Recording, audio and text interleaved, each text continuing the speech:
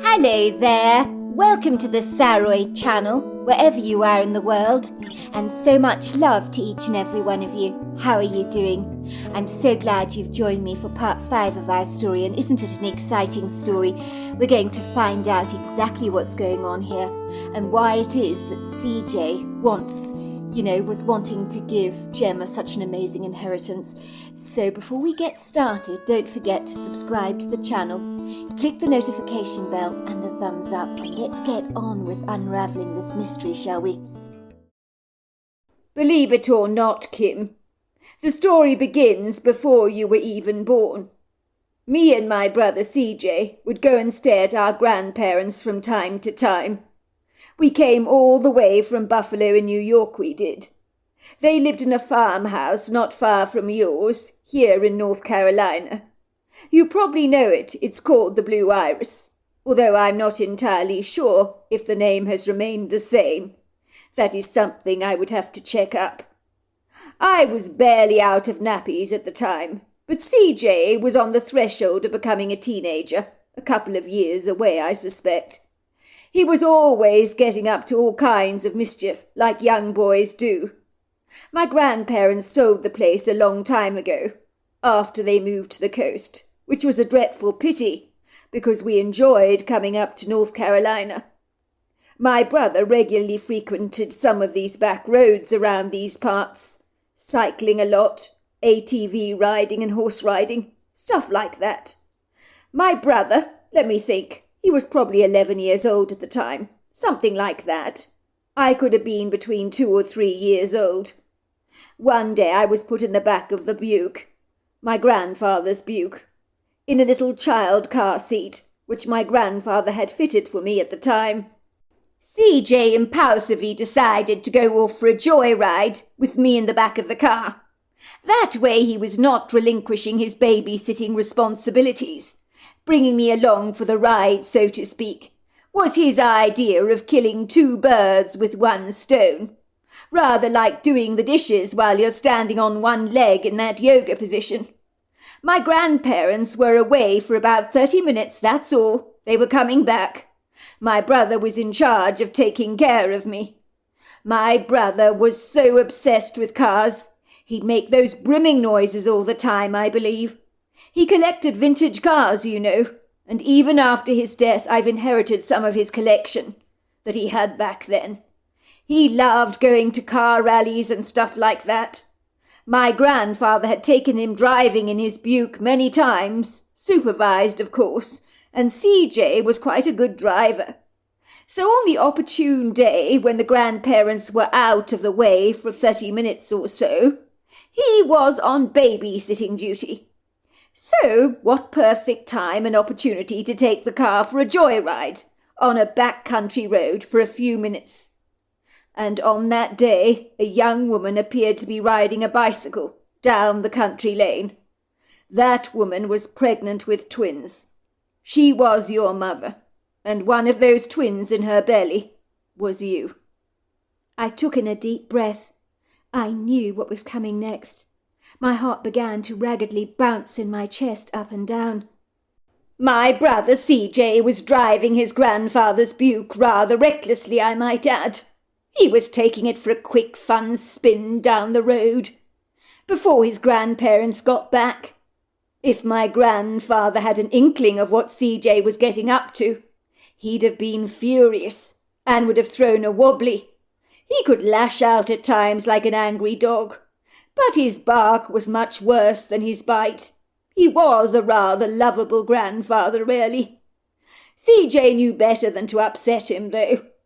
Unfortunately, CJ was ramming into the back of your mother's bike, when for a brief moment he confused the accelerator for the brake, which was most unfortunate.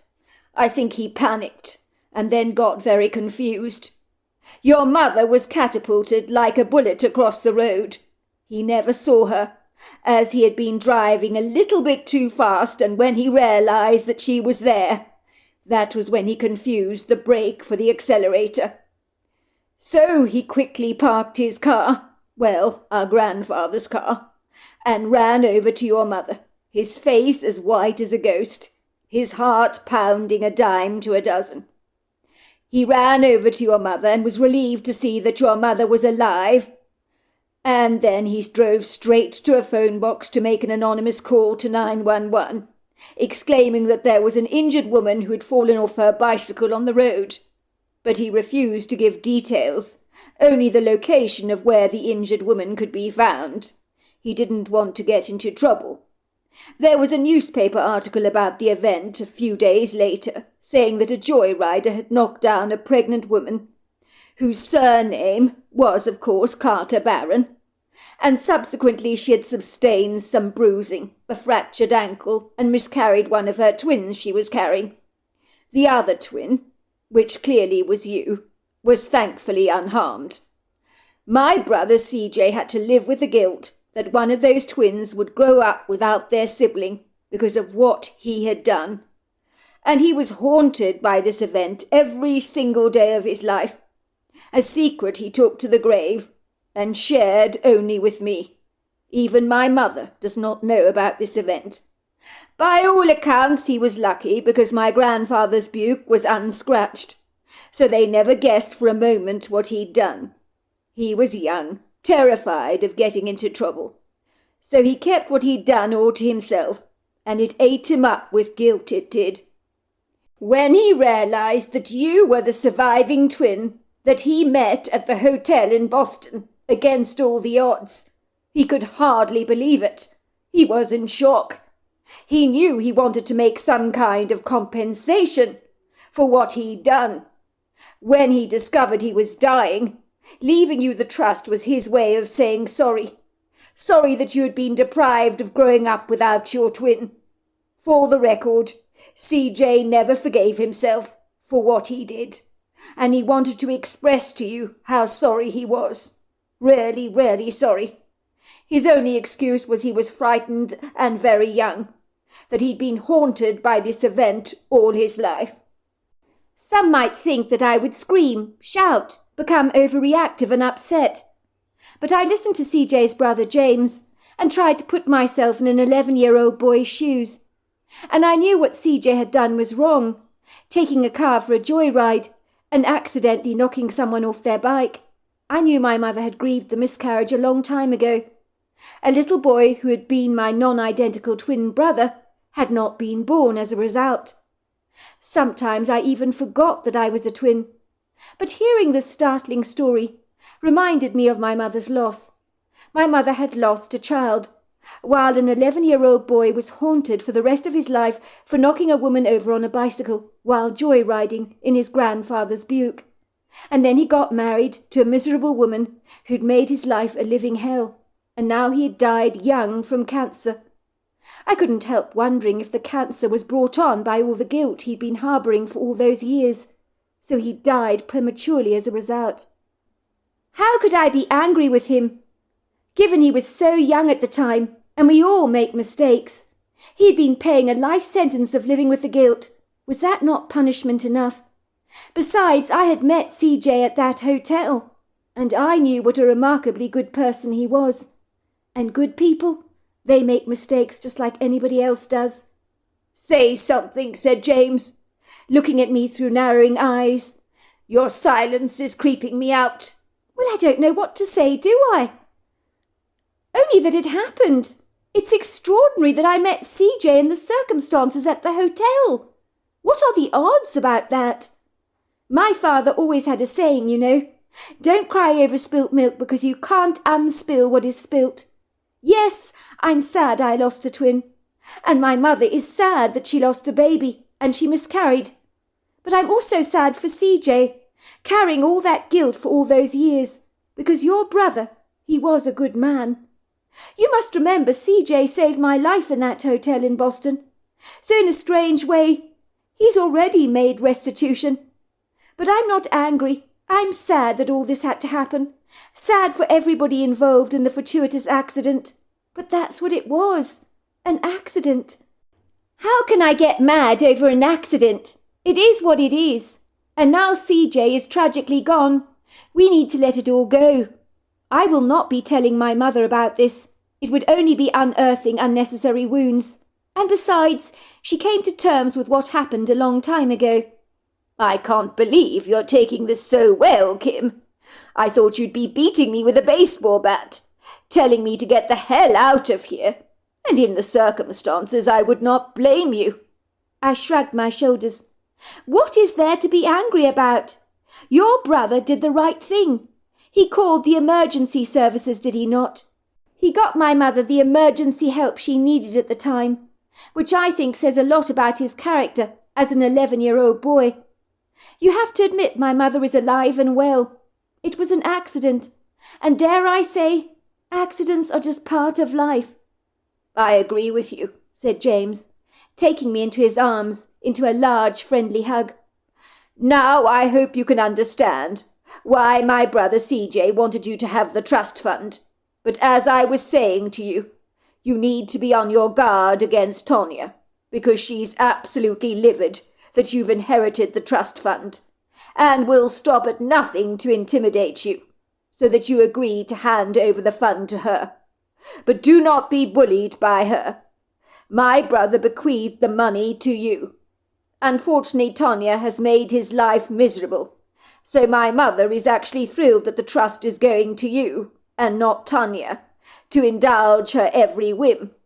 My mother never liked Tonya, nor did I, and if the truth be told, I think that CJ barely tolerated her. I was surprised, therefore, when he told me what had happened between the two of you at the hotel, because my brother was extraordinarily loyal to his wife, despite the fact that she did not deserve his loyalty. She treated him like the muck on her shoe. She was a dragon to be married to. You were the one blip he made, but one he never regretted for even a single moment. It's a small world, I said. A very small world. I can hardly believe it. I met CJ at a fragile time, when my whole world had been knocked off its axis, as my boyfriend was not who he seemed. So I guess we comforted each other that weekend. But your brother, I do remember this, James. He was an incredibly good person. Much better than the loser I since married and divorced. Ah, he told me all about that. My brother has kept abreast of what you've been doing over these years. He was concerned over your welfare, mortified when he heard you were marrying Ethan Hansen, the man that betrayed you once. My brother believed it was a given he would do it again. He said you deserved so much better. He was surprised when you took Ethan back and married the man. I took in a deep breath. Well, you know the saying, there's no fool like an old fool. I guess I believed Ethan had changed, that he was going to remain loyal to me, but it was not to be. I'm sorry, said James. I really am. Once again he wrapped me in his arms and kissed me on the cheek, slipping his card into my hand. Call me if you need anything at any time, and most especially if Tonya gives you too much trouble. As you can imagine, my mind was a whirl with all the things I'd learnt, but I knew better than to dwell on the past. I mean, what was the point? My relationship with Ethan had taught me that. I was not going to waste my time brooding on what could have been. The script of my life had been written and printed. I couldn't go back to bleach the pages and write over them again.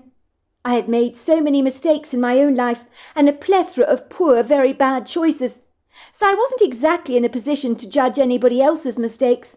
I'd made enough of them of my own. I decided I would keep the trust fund money I'd inherited and was looking forward to moving away from the days of struggle and financial hardship that had diseased my life for so long.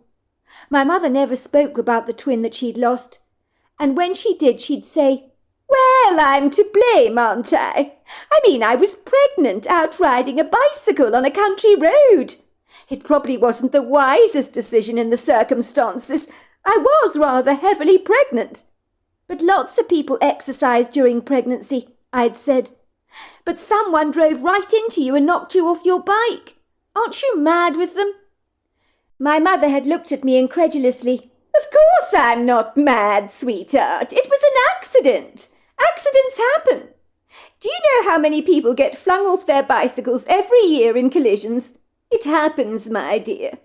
I'm just glad that one of my pregnancies was spared. And I'm also thankful that the person that banged into my bicycle had enough of a conscience to call for help. Because help might have been a long time coming on that lonely, sequestered road. I'm sorry also that you did not grow up to know your twin brother. But some things are just not meant to be. I rarely believe that, she told me. When your brother Aaron came along a year later, I knew that I'd been really blessed to have a son. The doctors thought I'd never conceive again, you know, let alone carry a baby to full term, but they were wrong. I always believed that Aaron was the lost soul of your twin being rebirthed again in my womb. So in the end, I never believe I lost anything at all. God is good, you know, and let's not kid, dear. For a brother and sister, the two of you are exceptionally close, despite your differences. It was true. I didn't know many brothers and sisters as close as Aaron and I were, and we were physically so alike, we could have been mistaken for being twins. We were in touch with each other almost every day. So maybe my mother's fatalistic attitude about life was right on the money. Much as I despised the mistakes I made in my own life marrying Ethan, I could not deny that I had grown so much from them. I had become a better person because of them. Everyone knows that the human soul evolves from heartbreaking challenges. We don't become beautiful souls from sailing through life on smooth waters. It's the tempestuous waters that are the shaping of us. I hasten to say, after learning about what CJ had done all those years ago as a young boy, I had in my heart only one thing, forgiveness, and I hoped at long last that CJ had found his peace wherever he was. James and Poppy Johansson had not been wrong about Tanya Johansson and her desire to make my life a living hell, because it began with a big threatening bang. Every morning, like clockwork, I'd pop over to the main house for coffee and a chat with my mother. I worked from my laptop at home doing stuff freelance for companies, so I enjoyed taking a break to be with my mother, as me and my mother were exceptionally close. "Oh, I'm so glad to see you this morning. Fancy a coffee?" "Of course. Why do you think I'm here?" "Tell me something, sweetheart. Who was that handsome-looking gentleman who visited you at the cottage the other day? Don't think I didn't notice," my mother said with a twinkle in her eye, sliding a piping hot mug of coffee across the table to me. I shrugged my shoulders nonchalantly, giving nothing away. "Oh, he was just a friend." "Sweetheart, I'm not an idiot. Look at me. Do I look like an idiot? It looked from where I was standing that there were sparks flying between the two of you. I thought you looked very good together. He seemed incredibly nice." I smiled shyly at my mother, because I knew it was true. There had been sparks flying between me and James Johansson, but until now I had not been prepared to admit my feelings for this unlikely stranger. But for my mother to have noticed it, it was extraordinary. My mother had eyes like a hawk, and nothing missed her scrutinizing gaze. But she seemed pleased about the prospect that I was moving away from Ethan Hanson. "You don't have to tell me anything you don't want to, sweetheart," said my mother, taking a swig of her coffee and looking at me closely. "I know you can be incredibly private about your love life. I was much the same when I was your age. Never divulged anything to my parents. When you're ready to tell me more about your love life, just so you know, I'm a very eager listening ear." "I'm sure you are, Mum. But there is no love life," I insisted. "If you say so, dear," she said with a mischievous twinkle in her eye that suggested she didn't believe a word of what I was saying. "Oh, by the way, before I forget, a parcel came for you in the post. I think Loverboy, maybe the gentleman that visited you the other night, might have left you a present of some kind." My mother walked over to the dresser and slid over a parcel towards me.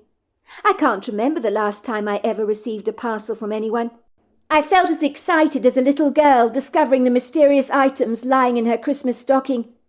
I shredded open the outer packaging, cutting the string with the ebullience of a child, and I was to discover a beautifully wrapped up box, swathed in expensive wrapping paper and covered in beautiful ribbons, and my heart began to flutter inside me like a pigeon. I was in no doubt that the contents of this parcel had to be very special. Could I dare to hope that James Johansen had sent me a gift? "Go on," said my mother excitedly. "Open it up, will you, dear? I'm bursting at the seams to know what's inside that parcel.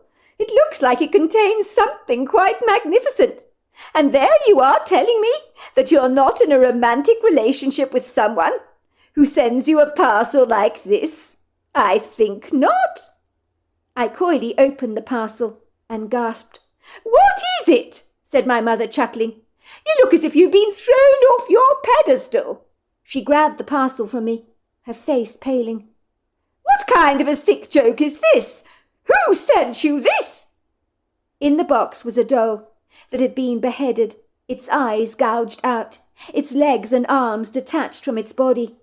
I lifted up the note inside the box that read, "Give me what's rightfully mine, and then you will remain intact.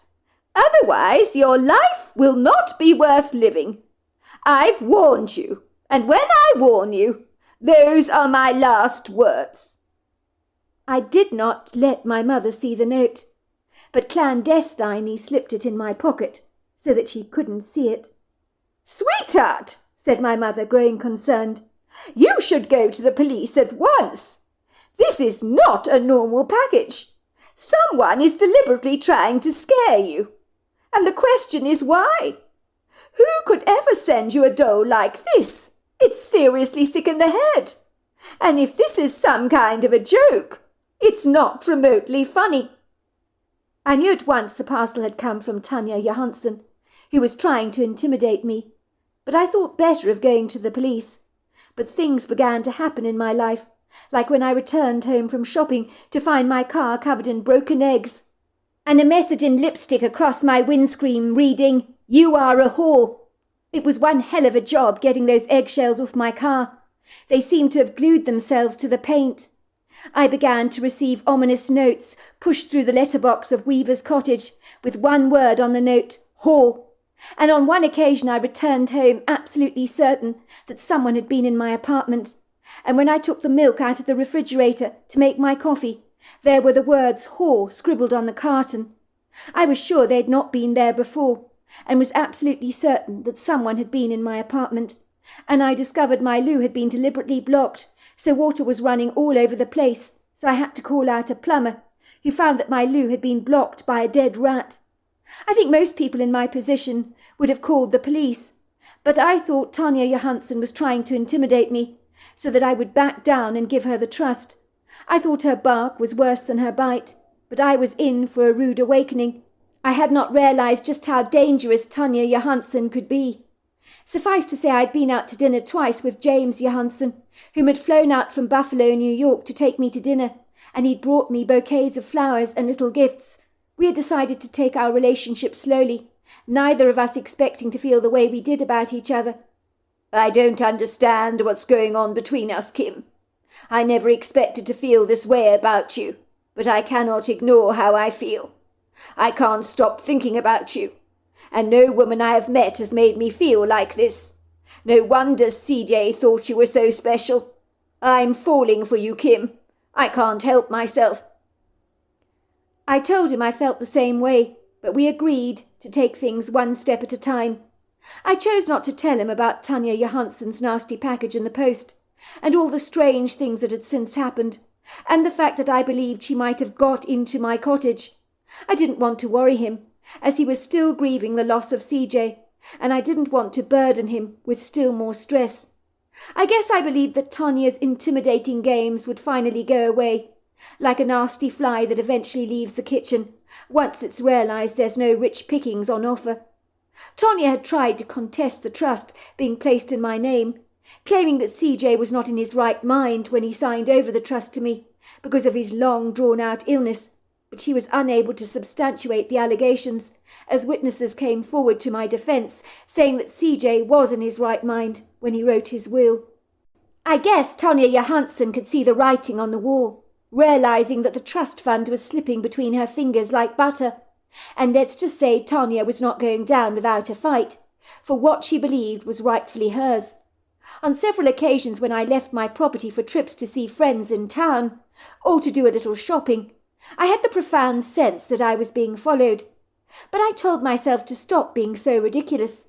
Of course I was more tense at the moment, rather guarded, concerning myself with the likes of Tonja Johansson, and the next artful trick that she had up her sleeve. But I never thought that her threats were ever very serious. All she wanted me to do was to be sufficiently scared, so that I'd buckle over and agree to give her the trust fund. But that, it was not going to happen. One evening I was catching up with a girlfriend of mine in town. She's someone who'd been at Boston University, BU that is, and was now living there, but she'd come back to our hometown with her husband and 4-year-old boy, and was spending a weekend at her parents' home. So we were going to get together for a girls' night out on the town and catch up on some old news. I was shocked to see that Emma Hutchinson had not changed at all since senior high. I guess she's one of those fortunate people that has defied the aging process. She'd always been one of my best friends at school, and the one person who I shared all my deep, dark secrets with. So when I told her what was happening to me, and the strange parcel I'd received in the post, she was mortified. "I cannot believe how naive you're being, Kim. You've always been a tad naive, if you don't mind my saying. What the hell is wrong with you, girl? You should have gone to the police a long time ago, especially after you received that dreadful parcel. I don't think that this Tonja Johansson is as benign as you think she is, girl. You must go to the police, and you need to tell James what is going on. It sounds like the two of you really have a great connection together. I think he'd be devastated if he thought you were keeping all this stuff from him. He'd want to know about it. And I'm worrying about this dismembered doll she sent you in the post. It speaks volumes about what she's really like. It sounds like something that would happen in a horror movie, not in real life. This woman is seriously warped." I shrugged my shoulders complacently. "I don't know. I think Tonja Johansson is a drama queen. I think she's hell-bent on scaring me to death. But beyond that, underneath all the bravado, she's probably rather harmless and full of hot air." "I don't agree. I'm sorry, Kim, I don't. That's where I think you're terribly naive, girl," said Emma, shaking her head. "You're being very insouciant about all this. What if she tries to actually kill you? Don't be ridiculous. Why would she do that?" "Oh, wouldn't she just?" said Emma, raising a brow. "Look at all her threats. I don't think they're idle, Kim, I really don't. It sounds to me like what Tonja wants, Tonja gets. And to hell with anybody who gets in her way. She's a self-entitled brat, that's for sure. Think about it for a moment, Kim. If Tonja does not get the trust, which you can leave to your own children, if you don't have kids, the trust will go to Tonja's children. It returns to the Johansson family line, which is what Tonja undoubtedly wants. If you are out the way, the trust goes straight back to her family. Don't you see why you're actually in danger?" Emma's startling revelations made my stomach do a double lurch. It was true. If I was conveniently deceased, then the trust would bypass me, and if I had no children, it would return to the Johansson family line. So of course it would be very convenient if I was dead. But would Tonja stoop that far? Surely not. Tonja Johansson may be many things, but surely she was not a murderer. "I don't mean to scare you. I really don't," said my friend Emma, giving my hand a squeeze. "But money is a motivator for many great evils. And I just want you to watch your back. I'm worried about you. If you think you're being followed, it may not be in your imagination as you suggest. And if someone wrote whore in lipstick on your milk container, maybe they did get into your cottage. And that is alarming, Kim. I urge you, Kim, to go to the police station tomorrow. Tell them everything that's been happening to you, because it sounds dreadfully like something out of a horror movie." "You're right," I said, taking a swig of my wine, my fingers now trembling. Emma and I began to chat about happier times and nostalgic memories from our past, and the heaviness over Tonja Johansson seemed to evaporate as a glass of wine helped me to finally relax. We both enjoyed a delicious tender steak dinner at the bar, served with chips, onion rings and sautéed vegetables, and I ate so very much I thought I'd burst.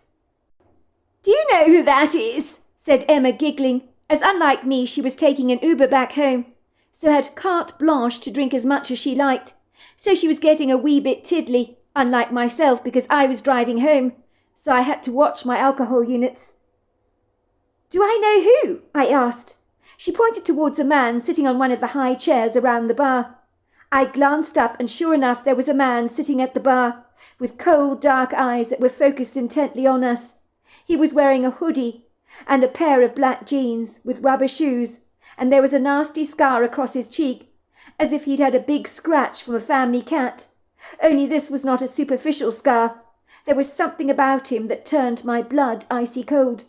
He stared at us, lifted up his beer as if to say cheers, and then turned away from us to resume a conversation with the man sitting next to him. "Creep," I said to Emma. "He gives me the chills." It must have been about 10 to 12 or thereabouts when Emma and I left the bar. I was sober but more relaxed after a glass of wine, and Emma was significantly bladdered by now.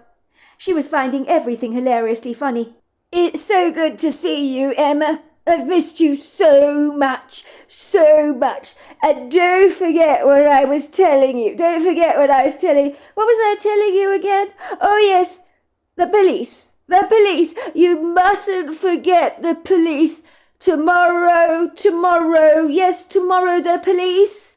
"No, I won't forget the police. I won't, I promise you." "You promise? You promise you're going to do what I say? Because you are in danger. You are in danger. Grave, grave danger. Didn't I say that?" "Yes, you did. I will phone the police, I promise you. I'll go and see them tomorrow." "Good. It's so good to see you. So good to see you." I had missed her as well. We hugged, and I waited for her to get safely into her Uber before I found my way back to my car that was parked at the rear of the bar. I climbed into the SUV. I knew the journey home would be venturing down some of those sequestered country roads at the dead of night, and while I didn't enjoy driving at night like most people, coming to town to meet Emma had been worth my while, and I knew the drive home wouldn't be too bad if I overcame my fear of the dark. I listened to some light-hearted music on the radio as my car weaved its way down the country roads. I was tapping my steering wheel in time to the music and focusing on the road ahead. It was airy and dark, even though there was a half moon glowing brightly from the firmament, offering a few prisms of silvery light, which only seemed to make the tenebrific shadows all the more daunting, as they appeared to furtively move through the trees like hooded figures, watching me with menacing eyes. I kept telling myself to focus on the road that was lit up brightly by my headlights, but I had an ominous, unsettling feeling that something bad was about to happen. The feeling seemed to leapfrog into my mind, seizing my attention, so that my hands became wet and clammy and began to tremble as they slipped awkwardly over the steering wheel like butter. My heart began to flap wildly in my chest, as if a trapped pigeon inside me was becoming increasingly frantic. I felt like an animal that was suddenly very much aware that a predator was in his or her midst. All I wanted to do was to get the hell away from these lonely roads, to get back to Weaver's cottage as quickly as I could. I kept telling myself to calm down, because I knew my anxiety would make my driving all the more precarious. I had in mind to call my father to meet up with me on this road, so I would feel a little safer. But I told myself to stop being so ridiculous, to get a grip. It was a warm night, but it felt stiflingly hot and claustrophobic in the car as my anxiety increased. And then out of nowhere, a large truck came barrelling down the road at one hell of a speed that I never saw coming, as if it hadn't even seen my SUV on the road. My first thought was that the person that was behind the wheel of this truck was seriously drunk and half-cut, and was not looking the hell where they were going, and if I didn't get out of this driver's way, he'd likely go crashing into me. But the road was ominously narrow, and I couldn't navigate my way past this ungainly vehicle that was built like an army truck, and then it came gallivanting towards me at the speed of a freight train, and I tried to veer out of the way, and my SUV went crashing and skidding into a tree. The noise was terrible, the crashing sounds frightful. The bag released, the glass on the windscreen shattered, and my heart pounded violently in my chest. And that was when I saw him, the man from the bar, running towards me, with a baseball bat in his hands. And then I unequivocally knew what this was all about. Everything made perfect sense. This man had been hired by Tanya Johansson to kill me, to make it look like an unfortunate accident, which is why he didn't have a revolver in his hands. That would be too obvious. Emma had been right. Tanya Johansson wanted me dead. My heart began to pound as I realized the danger I was in. I don't know how I managed to open my car door, but I did, before the man had reached me, and I hightailed it as fast as I could towards the trees. I knew that these groves of trees were my only safe sanctuary. Then I remembered Corsica, the Bigfoot that I had encountered, who told me that I was going to be in trouble, and when I was, I should visualize her. And that's exactly what I did, calling out her name loudly in my head, feeling sure she couldn't hear me, but I called her anyway. I had to try anything. Corsica! Corsica! Corsica! I called out in my head. Help me, please. I'm in trouble. This man is trying to kill me. I need your help. The man was gaining ground on me, and I was so grateful that I'd been wearing sneakers and jeans. When I'd met Emma at the bar, any other footwear and I'd have been in serious trouble, and would have been a sitting duck for this predatory man. There was a cool breeze blowing among the trees, and the wood grove was dark, but it seemed that the man I'd seen in the bar, who was chasing me, had come well prepared, as big blasts of invasive torchlight pierced through the grove.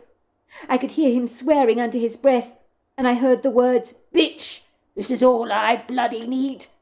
I think he thought he'd get me to crash my car, and then he'd get me in my car if I was still alive, and slam me violently across the head with the bat, so that people would think I sustained serious injuries in a tragic car accident, so that the trust would go directly to Tanya's children. I'm sure Tanya Johansson had instructed this man to make sure my death looked like an accident. This man was intent on finding me and finishing me off and lightly planting me in the car, so it looked as if all my injuries had occurred during the car accident.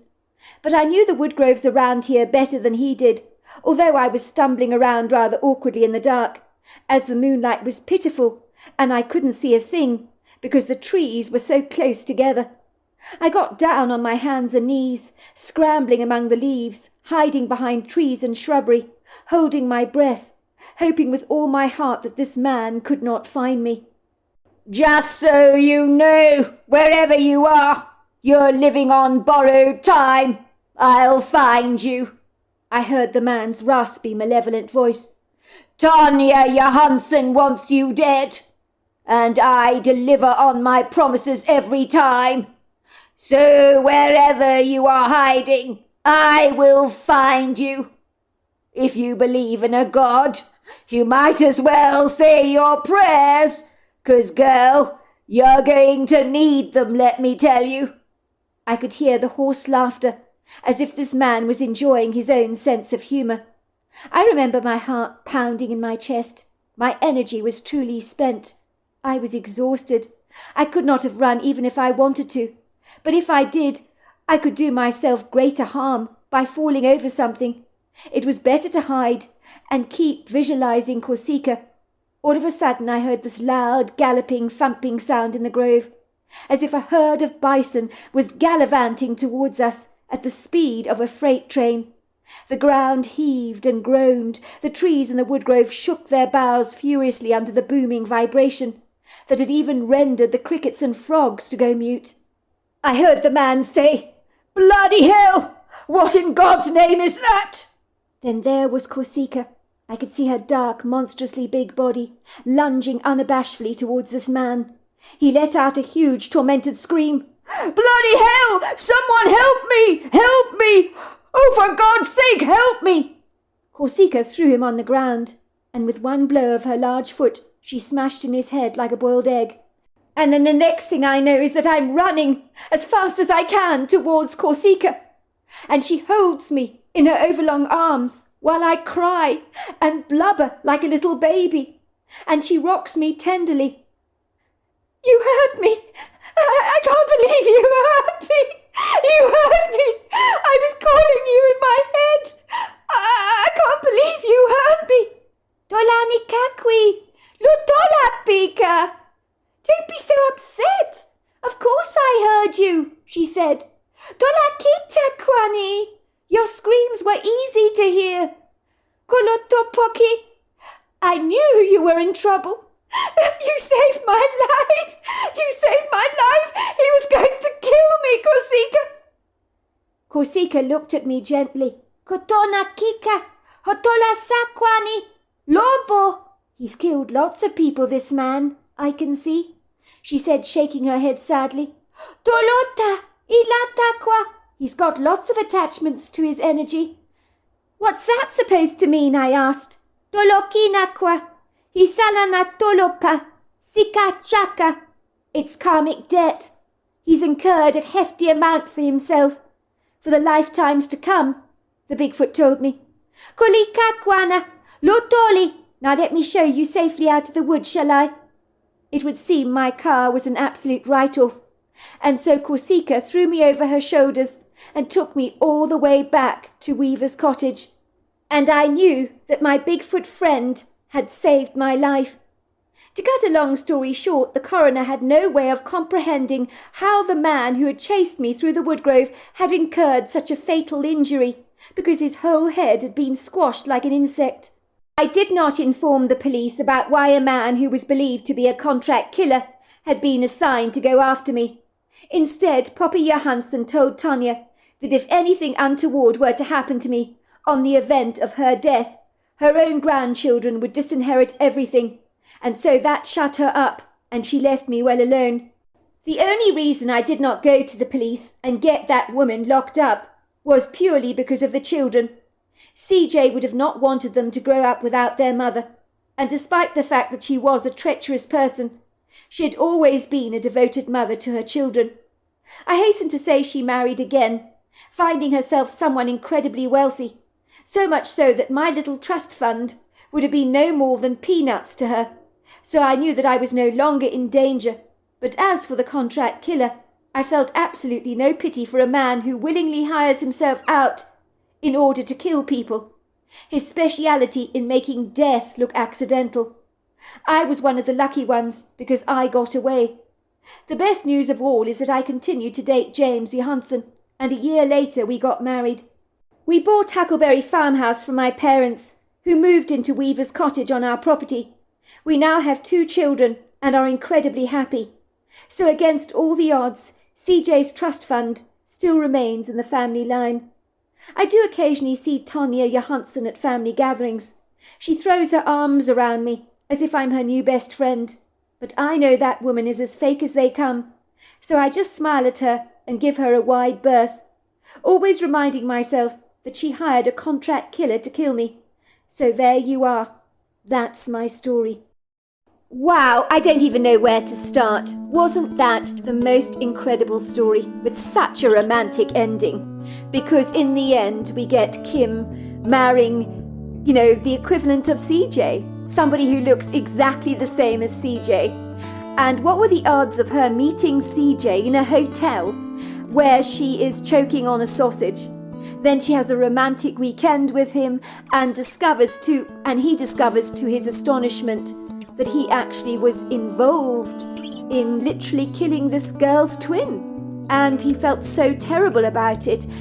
And what an awful life poor CJ had, punishing himself all the time for what he'd done. And we all make dreadful mistakes in our lives, as Kim was so quick to point out. We've all done things we regret. So we can't judge CJ for what happened because he was only 11 years old at the time. And we all make mistakes. But what an incredible story, and what an evil woman Tonya Johansson was. And she was very lucky that she didn't end up in prison.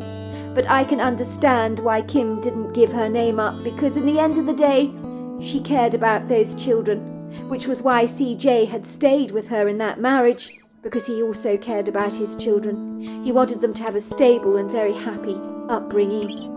and talk about the trust ending up in the family line. And as for Kosika, who doesn't want to have a Bigfoot like that around? Because if Kosika had not been around,